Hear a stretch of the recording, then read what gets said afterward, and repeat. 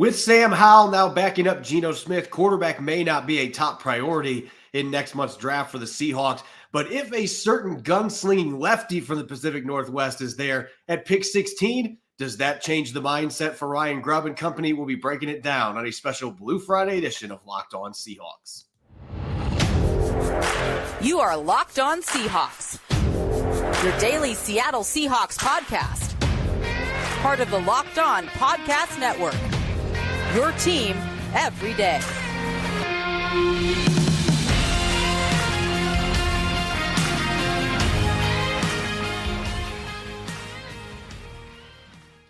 Greetings, 12. This is Corbin Smith, host of the Locked On Seahawks podcast, your daily Seahawks podcast, part of the Locked On Podcast Network, your team every day. Glad to be joined here on Blue Friday by my co-host, Nick Lee. And a special thanks to all the 12s out there. Thank you as always, whether you're listening down in Stockton, California, or over in San Antonio, Texas. We greatly appreciate each and every one of you for making Locked On Seahawks your first listen 5 days a week.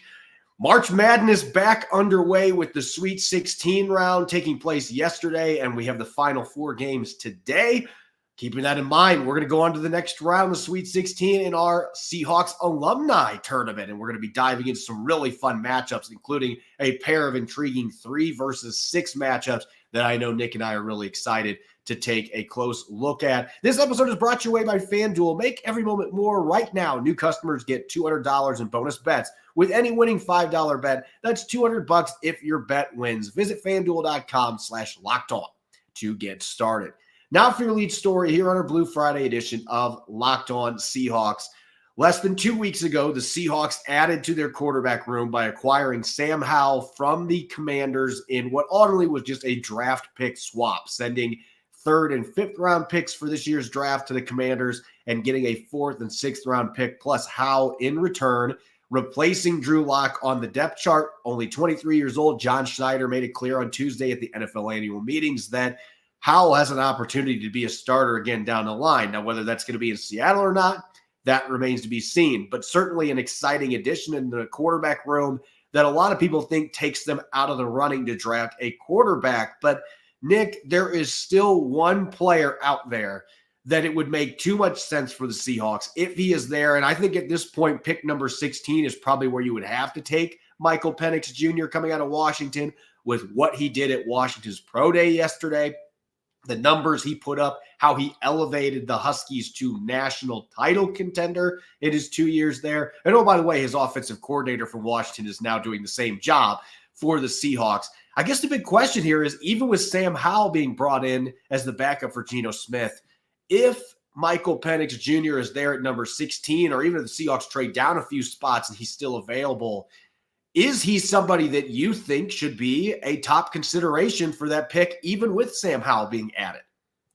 Should he be a top priority? No, I don't think so. And it's changing a bit because I got really excited. I bit into the hype a little bit after the Texas game, which I'm going to say, one of the single greatest quarterback performances I've ever witnessed from a college quarterback was that game against Texas in the semifinal.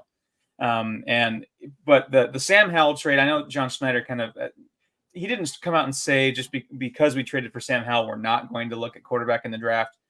He said it didn't change. He didn't say either way. So I'm going to, if I'm the GM, I think this changes it a lot. And really, just kind of looking at where they would take him, I'm looking at the big boards. Daniel Jeremiah has him 33rd.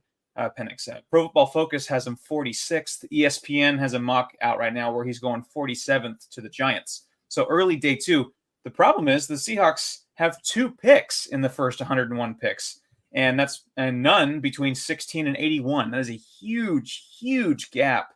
So for me, unless they do some major trade down where they do get a pick in the 40s or 50s and like that, and he's still around, then I think that's when you might pull the trigger, because then you can still get, a Jackson Powers Johnson, a Jared Verse, or whoever, in that 16, or if you trade down, I guess maybe not those 2, but if you, trade down, you can still get a first round talent at a true position of need. Because at this point, I don't consider quarterback any longer a major position of need going into this draft. So you'd like to use that first round pick, as kind of a bit of a priority for a building block otherwhere on the roster, like, say in the trenches, one side of the trenches or the other. So yeah, I mean, impressive pro day. He had, the same vertical jump as Lamar Jackson, one of the faster 40 times for the quarterbacks we've seen this year in the offseason, right on par with BYU's Keaton Slovis for the 40 time. I had to throw that in there, which still baffles me, by the way. He's right up there with an elite athlete at quarterback, which isn't surprising. He's got the arm talent. He's a pretty good athlete. But for me, it's just where it fits, where he's going to fit in the draft. I would hate for the Seahawks to reach him at 16 and kind of foregoing a Jackson Powers Johnson or some, defensive key building blocks. So I think they might need to look elsewhere, but things can break out in the draft where they trade down, they acquire a few more picks, certainly early day 2, and then maybe they can have a more serious conversation.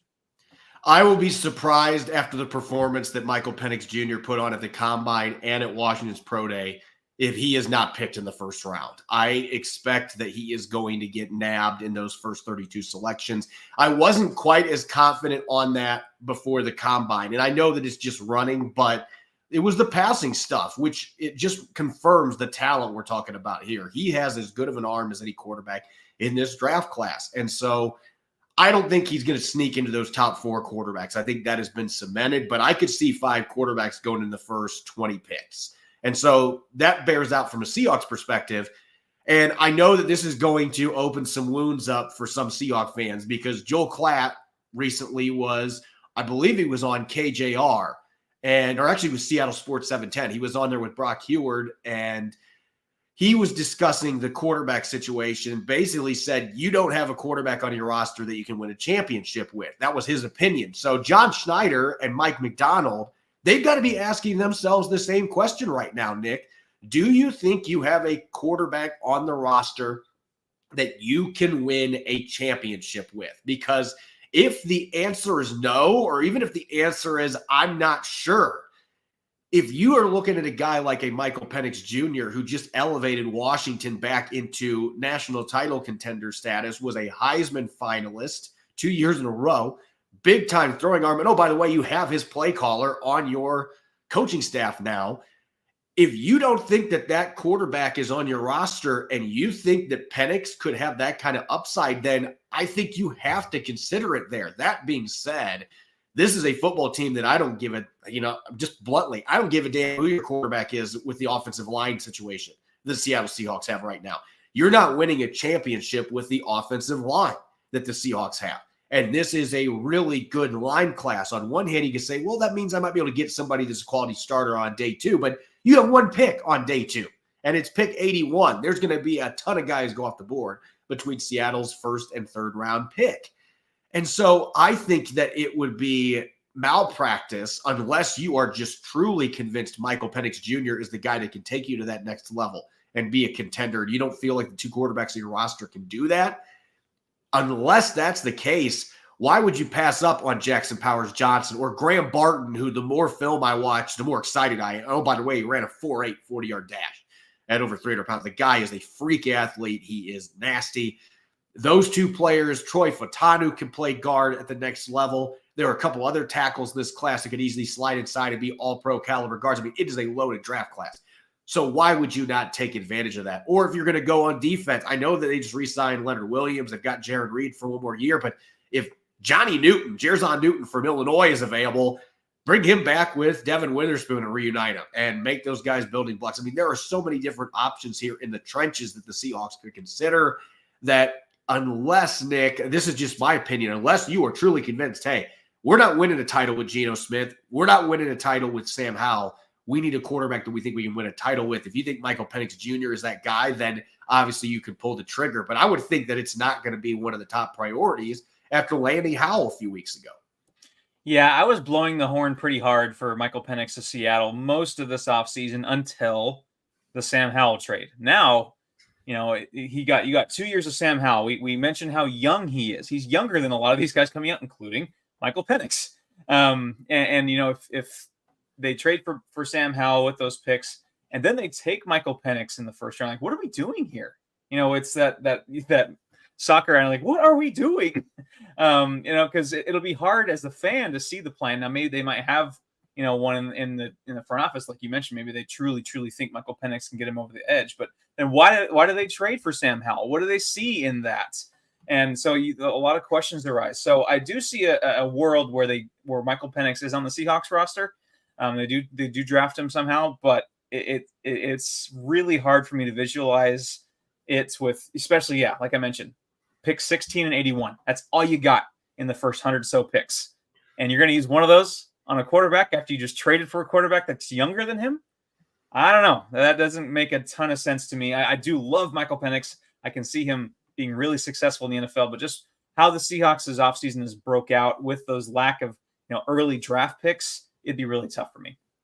When we come back, it is March Madness time. We are moving on to the Sweet 16, just like the real NCAA tournament is moving on to the Sweet 16. We've got 16 Seahawks alumni squads still battling for that number one spot, the first title here. We're going to be diving into our East region, the Sweet 16, the 4 games that'll be coming up next year on our Blue Friday edition of Locked On Seahawks. This episode is brought your way by our friends over at FanDuel. Say goodbye to busted brackets because FanDuel lets you bet on every game of the tourney with March Madness officially underway. Whether you're betting on a double-digit seed like North Carolina State or top-seeded Houston in the Sweet 16, it's time to go dancing on America's #1 sportsbook. Right now, new customers get $200 in bonus bets if your first $5 bet wins. That's $200 to use. Fred's money line to pick who's going to win it all. What do you think? It's going to be a blue blood like UConn repeating back-to-back or a Cinderella such as Clemson? All options are on the table at your fingertips. Just visit FanDuel.com/lockedon and bet on college hoops until they cut the nets down. You're listening to the Blue Friday edition of Locked On Seahawks. This is your host, Corbin Smith. Glad to be joined for today's show by my co-host, Nick Lee, and a special thanks to all the 12s out there. We greatly appreciate you making Locked On Seahawks your first listen 5 days a week. March Madness is back underway. We got to see a few upsets last night, Nick, in the real world of college basketball. Alabama upsetting #1 seed North Carolina, and then Clemson advancing to the Elite Eight for the first time in 44 years. So they are still dancing as a 6 seed. It's time for us to get to our Seahawks alumni tournament, and we've got our fan answers on who's going to win these games. You and I are going to dish out our opinions as well. Obviously, the fans get first priority. Whoever they pick is going to go to the Elite Eight round, which we will dive into next week. But let's get to the first matchup in the East in our Sweet 16 here. And it is the #1 seeded Miami Hurricanes, Cortez Kennedy, Brian Blades and company, against the upset-minded #8 seed LSU, Kevin Mawai, Damian Lewis, Jamal Adams, and Al Woods. On paper, this feels like this is a fairly tight 1 versus 8 seed, but Nick, I just can't see Miami losing this one. No, it might be tight, into halftime, but then I see Miami pulling away here. Kennedy is just, he's like Cortez Kennedy equals, in college basketball terms, one of those lottery picks on a stacked team. You got Brian Blades at 4 1,000-yard seasons. Then you had a steady presence. He was a steady presence over some bad Seahawks teams for over a decade. And then Jimmy Graham, for all the hate he got in Seattle, he still holds the franchise record for receiving yards and receiving touchdowns in a year in a single season by a tight end. So he also carries a bit of weight. Darrell Williams, Pro Bowler in 1997 as well. So yeah, it's a tough draw for Kevin Mawai and company. I think he pulls his own weight. Damian Lewis was a fine guard for a few years. Jamal Adams, certainly, if he realizes his contract a bit more, then they probably have a higher seed and have a higher chance. But I think Miami pulls away. Yeah, I think this is one if you lived in an alternative universe where Jamal Adams was still playing at an all-pro level for multiple seasons, then this really becomes probably a matchup we wouldn't see till later in the tournament. LSU is a higher seed, but because of his injuries, the fact he didn't live up to the trade they made, and quite frankly, Kevin White, he played 4 years in Seattle. He was a good, not great guard at that point.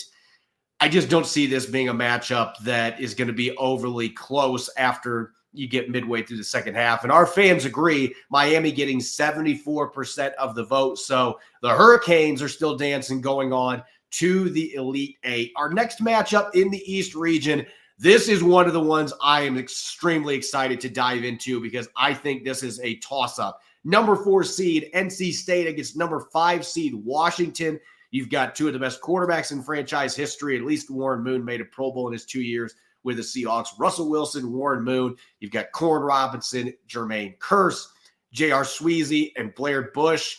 Stephen Hauschka, get the kicker in there. Sean Locklear. Jeremy Stevens could have been a lot better player, if not for the off-field stuff, but still had some good years in Seattle. And Paul Scansey was a solid complimentary receiver. I think that this is truly a toss-up, but I think that the quarterback position is what really sways me to think that NC State is going to serve as the higher seed here. I kind of disagree that it's a toss-up. NC State, I think, is a bit underseeded.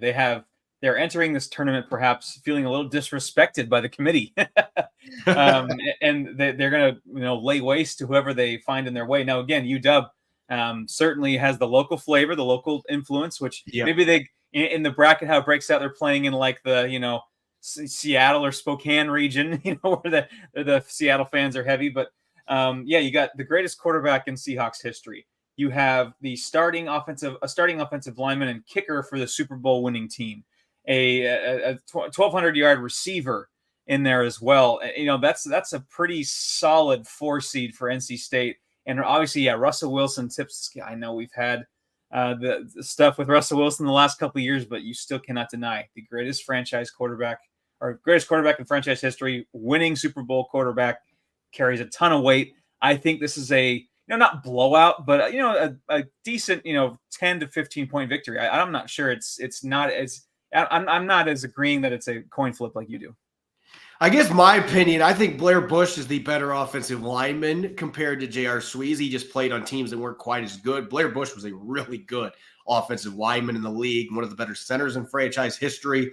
And Jermaine Kearse, I got to consider this is a tournament. This is not a regular season game. Jermaine Kearse always had the theatrics that very few players brought to the table in the playoffs. And so I think you have to consider that here too. But I do think NC State would win. And I'm shocked. I thought our listeners would vote Washington because of the ties to the Pacific Northwest, but NC State got almost 60% of the vote, 58%. So NC State with Russell Wilson and company, they are moving on to play Miami in the Elite Eight. Our next matchup, we've got some more modern flair here. Stanford, the number 3 seed Cardinal against Washington State. From a numbers standpoint, Nick, Washington State's got more alumni, but I don't think that matters in this case because of the star power that Stanford has with angry Doug Baldwin, Richard Sherman, and Dave Wyman was a very solid linebacker for a number of years for the Seahawks. I just don't think the star power is there for Washington State away from Marcus Trufant, who is a good player. I don't think he was on the same level, though, as Richard Sherman and Doug Baldwin. I just don't see this being a matchup where they have enough horses to move on. Yeah, I can see Doug Baldwin and Richard Sherman being like the Kemp and Peyton Sonics days. They're just, feeding off each other. That's a heck of a 1-2 punch. You got Richard Sherman, of course, future Ring of Honor, 2 key cogs in the Super Bowl run. Marcus Trufant was a fine corner, not like elite, but a fine cornerback over those years in Seattle. So I'm going to go with the one of the tougher 1-2 punches, I think, in the whole tournament with Sherm and Baldwin out of Stanford. Stanford getting 63% of the vote from our listeners. That seems about appropriate. I expected it to be somewhat close because, again, it's a Pacific Northwest Washington-based school. And Washington State's got some good players on that team. Robbie Tobeck was one of the underrated heroes on that first Super Bowl team. A really good career for him. But I just don't think there's the horses here. Doug Baldwin and Richard Sherman, that's one of the better 1-2 punches that you are going to see in this tournament in terms of talent and playoff production here in the tournament as well. Capping off the East region, another matchup that offers some intrigue, the number 2 Michigan Wolverines against number 7 Alabama. And Nick, I know the Crimson Tide only have 2 players in this tournament, but Sean Alexander carries a ton of weight by himself. He is one of the best players in franchise history. And Jared Reed has had a really rock-solid career with 2 different stints in Seattle. Had one of his better years last year. Steve Hutchinson is a Hall of Famer. I believe Sean Alexander should be. I think Dave Brown should be as well. It's a travesty he's not in there. Frank Clark had a good, not great career. I think Jared Reed has actually had the better career of those 2 players. So I think this is a really close 2 versus 7. In fact, I'm going to agree with our listeners who actually picked Alabama for the upset here. I've got the Crimson Tide with Sean Alexander toting the rock and Jaron Reed eating up the trenches. I've got him upsetting Michigan here in a close game to move on to the Elite Eight. Yeah, this one can go to overtime for me if we're playing this in a basketball sense, because Sean Alexander, MVP, winning MVP kind of is a big deal. So that carries a lot of weight. Jaron Reed, like you mentioned, has had a solid career. Frank Clark too, and 13 sacks and 10 sacks in 2 separate seasons with Seattle, I think is big. You mentioned Brown had 1984 had a really solid season, Hall of Fame offensive lineman. So I think in overtime for me, Michigan wins with buzzer beater. It's really close. But I think Alexander and Alabama are a bit underseeded, and maybe they got a tough draw with Michigan. I could see them. I don't know, what was that time where UConn was like a 7 seed or 8 seed and went on to win the title or something like that? I could see this Alabama team making some noise like that, but I'm going to lean slightly Michigan and go against the audience here.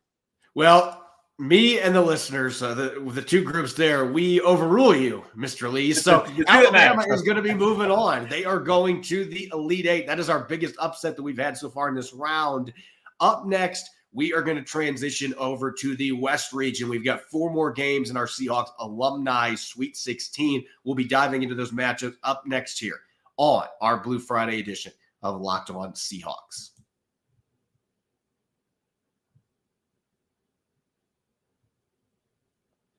You're listening to the Blue Friday edition of Locked On Seahawks. I'm your host, Corbin Smith. Glad to be joined, as always, here on Blue Friday by my co-host, Nick Lee. And a special thanks to all the 12s. Thank you for making Locked On Seahawks your first listen 5 days a week. We greatly appreciate it. If you're tired of watching Fox Sports and ESPN and have to turn down the volume with all the shouting, make the switch to Locked On Sports Today, a free 24/7 sports streaming channel programmed for your everyday needs, bringing you the biggest stories without all the screaming. Locked On Sports Today brings you can't-miss analysis, opinions, and news 24/7 streaming on YouTube and the free Amazon Fire TV channels app, part of the Locked On Podcast Network, your team every day. Continuing our March Madness festivities here, we are in the Sweet 16. We just had one of our bigger upsets. The Alabama Crimson Tide is a 7 seed, moving on to the Elite Eight and sending Michigan home early. Let's move to the West region now, Nick. And there are some exciting matchups. And I wonder about this number 1 seed matchup coming up here. This could be kind of one of those trap games here. Our number 1 seed, Texas Longhorns, Earl Thomas and company, going up against a number 9 seed in Clemson that's got some good star power. Jeff Bryant and Byron Maxwell were not all pro caliber players, but they were really good defensive players. So was Leroy Hill. Anthony Simmons had a few good seasons. This feels like this could be one of those 1-9 games that stays fairly tight deep into the second half, but I just feel like Texas has too many guns here. Yeah, and Jeff Bryant, if you look at like the all-time list by approximate value in Seahawks history, Jeff Bryant is only 1 spot behind Earl Thomas for 12th all time. So he's made an impact there. 14.5 sacks in 1984 as well. I mean, that's a solid list. Byron Maxwell, LOB member. I'm not sure he's like, the platinum club of LOB, but he's certainly in that group. And Texas, if you're talking about, if this was like a defensive back tournament, then Texas right here is like, John Wooden UCLA days. That's a pretty darn strong 1-2 punch there for Texas. And I think the overall depth of Texas, and it's going to sound weird, but Clemson could be plucky, just like the real Clemson team has been in this tournament. But I think Michael Dixon, the punter, for me, is what kind of leans it towards Texas. It's weird to think a punter might do that, but Michael Dixon's been a fine punter for several years now in Seattle. And if this does lean towards maybe overtime or, 1-2 point game under a minute left, Michael Dixon makes that key shot. Yeah, I think Brian Millard's a really underrated player in Seahawks history too. And I just think Texas, Poona Ford had some really good years in Seattle as an undrafted player. So I just think that there's too many dogs there. And in fact, I don't know necessarily, I think that this is a game that's going to be close at the end. Our listeners agree, more than 70% going with Texas. So the Longhorns, the number 1 seed, both of our 1 seeds are still dancing. Going on to our next game, this one is a very fascinating 4 versus 13 matchup. Ohio State is the highest seed that's still alive in this tournament. The Hokies of Virginia Tech, the 4 seed, you've got Bam Bam Chancellor, one of the best players in franchise history. Dwayne Brown was an all-pro tackle for the Seahawks, had some really good years in Seattle. Darryl Tapp, he was a fine starting caliber player for a couple of years. And Ohio State, you've got Joey Galloway, who had big numbers in his time in Seattle. Sean Springs, I don't know that he ever lived up quite to the hype, but he had some really good years in Seattle. And Jackson Smith and Jigba, you're just basing off his rookie season here. Maybe he ends up pushing the tide here, but this is fascinating because I didn't pick Ohio State to move on from the last round. I had Boston College winning that game, but our listeners picked Ohio State by a pretty large margin. And I think the Buckeyes are thinking upset again on this one because Joey Galloway and Sean Springs were really good players for the Seahawks. And even though Cam Chancellor had a great career, Dwayne Brown was solid in his 4 years in Seattle. It just feels like overall, I just think Ohio State matches up well here in this one. Ohio State reminds me of one of those teams that's like young and stupid in the playoffs. Where like you don't know any better. You don't know you're supposed to be this good, and there might be like a year ahead of schedule because of Jackson Smith and Jigba. Where if we do this tournament maybe again in next year, or the year after that, with JSN getting some solid years under his belt, this could be a single-digit seed. They kind of remind me of one of those teams that's still building, but all of a sudden is making some noise. Joey Galloway, of course, 3 1,000-yard seasons. But one of the biggest shames in Seahawks history is that we really only got to see peak Cam Chancellor for like 5 or 6 years, if that. Like just peak, at his absolute prime, mostly injury-free Cam Chancellor for a brief window, which is a real shame because he was just an absolute dominant force. One of my first initial favorite Seahawks. I'm kind of a late comer to the Seahawks, and he was like one. I was like, who is this? Yeah. He's like a superhero or a supervillain. I can't tell, but so for me, it's really close. I think if we have the same matchup next year with another solid year from JSN, Ohio State might push him over the edge. But for now, Cam Chancellor, who should be a Ring of Honor guy, Dwayne Brown had a few really good years as tackle as well. So I'm going to go Virginia Tech, but it's pretty darn uncomfortable. The listeners of Locked On Seahawks have spoken again against you, Nick, because they picked Ohio State. I don't know if we just have some Buckeye homers that are coming in and voting, but it's Ohio State is moving on. They got 67% of the vote, too. So this was not close, and I think it would be a close matchup because Cam Chancellor is that equalizer. But absolutely, Ohio State's got some really good players on there that unfortunately did not play a long time in Seattle, but they were really good when they did play in Seattle. So Ohio State, that 13 seed, Cinderella, is going on to the Elite Eight. I like it. Up next, we've got the number 3 Florida State Seminoles and the number 6 Cal Golden Bears. Nick, before the show, you told me this was the matchup that you were most excited to break down. So does California have a chance to win this one? I think they have more than a chance. So let's look at each side. So we got Walter Jones, of course, who's like, your top 5 overall pick in the draft NBA coming up, trying to make a deep run with his team, like the Stephon Castle from UConn or something like that. Just a stacked team and a guy that's clearly going places. I wouldn't say stacked, actually. His team is fairly lackluster. There's definitely a drop off. I think that Cal has some decent depth that could be scary. I think maybe a little bit underseeded. Of course, Marshawn Lynch and Walter Jones. First, Lynch, both of them, the gravitas goes beyond the football field. They're both absolute Seattle icons, which, their careers post-playing have just blossomed. And Seattle continues to adore both of them. And what a matchup. I mean, that'd be one of my favorite matchups to watch. Just 2 lottery picks going at it with their teams. I think that Marshawn Lynch has there's a twinge more depth behind him and maybe some experience. Brandon Mebane was also, speaking of fan favorites, and maybe not, the all-pro guy, but I think he carries a lot of weight, so to speak. I mean, in more ways than one. So I'm going to lean Cal. I'm going to lean Cal on the upset here. I like a little bit of depth. Obviously, the 2 alpha dogs going at it is way fun, but I think Cal's just got a little edge. Yeah, I'm going with the Golden Bears on this one, too. I mean, you've got your number 2 player. Brandon Mebane was maybe the most underrated player on that Super Bowl winning team. He was so crucial to what they did on defense in the trenches. He gave you some pass rushing ability. He was a run stuffer. He played for a long time in Seattle, one of the holdovers, so to speak, from the Pete Carroll era that had a great run with those Seahawks teams. And, you got to move the belly roll onto the Elite Eight. I mean, him and Marshawn Lynch, Walter Jones is going to hold his own weight in this competition, the best Seahawk all the time. But no offense to Leon Washington, he was a great kick returner, but like it just feels like Brandon Mebane had a much bigger impact for the Seahawks winning championships than what Leon Washington did. And Michael Boulware, Rick Tootin, good players. But I think that when you look at what the Cal Golden Bears have going for them, I think they have the best 1-2 punch here, and that gives them a chance to move on. Our listeners disagreed. They've got Florida State at 55%. It was close, but the Seminoles are moving on because the listeners get the first vote here. But Nick and I, we disagree. We think the Cal Golden Bears would win that one. Capping off the West region, number 2 seed Texas A&M against number 10 seed Georgia. I think this is the most lopsided matchup in the second round on either side of the bracket. No offense to Chris Clemens and Max Strong and Phil Daniels. They were all good players. But look at what Texas A&M has got. I mean, if this was a true dogfight just in an alley, Texas A&M is a 1 seed by a landslide because you got Jacob Green, Michael Bennett, Sam Adams, Rocky Bernard, Red Bryant. I mean, that is a lot of massive human beings. And oh, by the way, are really good football players. This just feels like that second round matchup where the number 2 seed really imposes their will, and Georgia just doesn't have enough bodies here. So I think Texas A&M wins this one by 35. Where's the beef?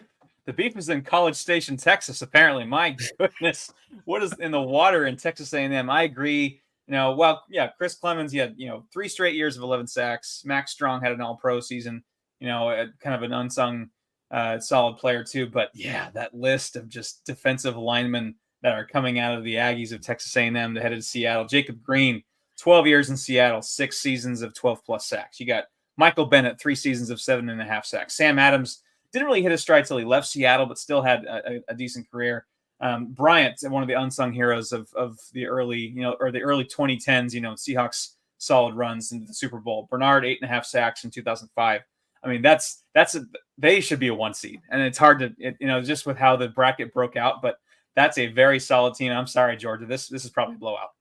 And our listeners agreed with this one. 95.2% picking Texas A&M. So this was the most lopsided game we've had in the entire tournament, at least with our listeners. So Texas A&M, they're dancing, and I think the second half they're probably playing their backups, whoever their backups are, because they're going to win this one running away. So the Aggies going on to the Elite Eight. We will dive into the Elite Eight and the Final Four matchups next week. We cannot wait to dive into that on Blue Friday with 8 teams remaining looking for Seahawks alumni supremacy. As always, you can follow me on X at Corbin Smith NFL.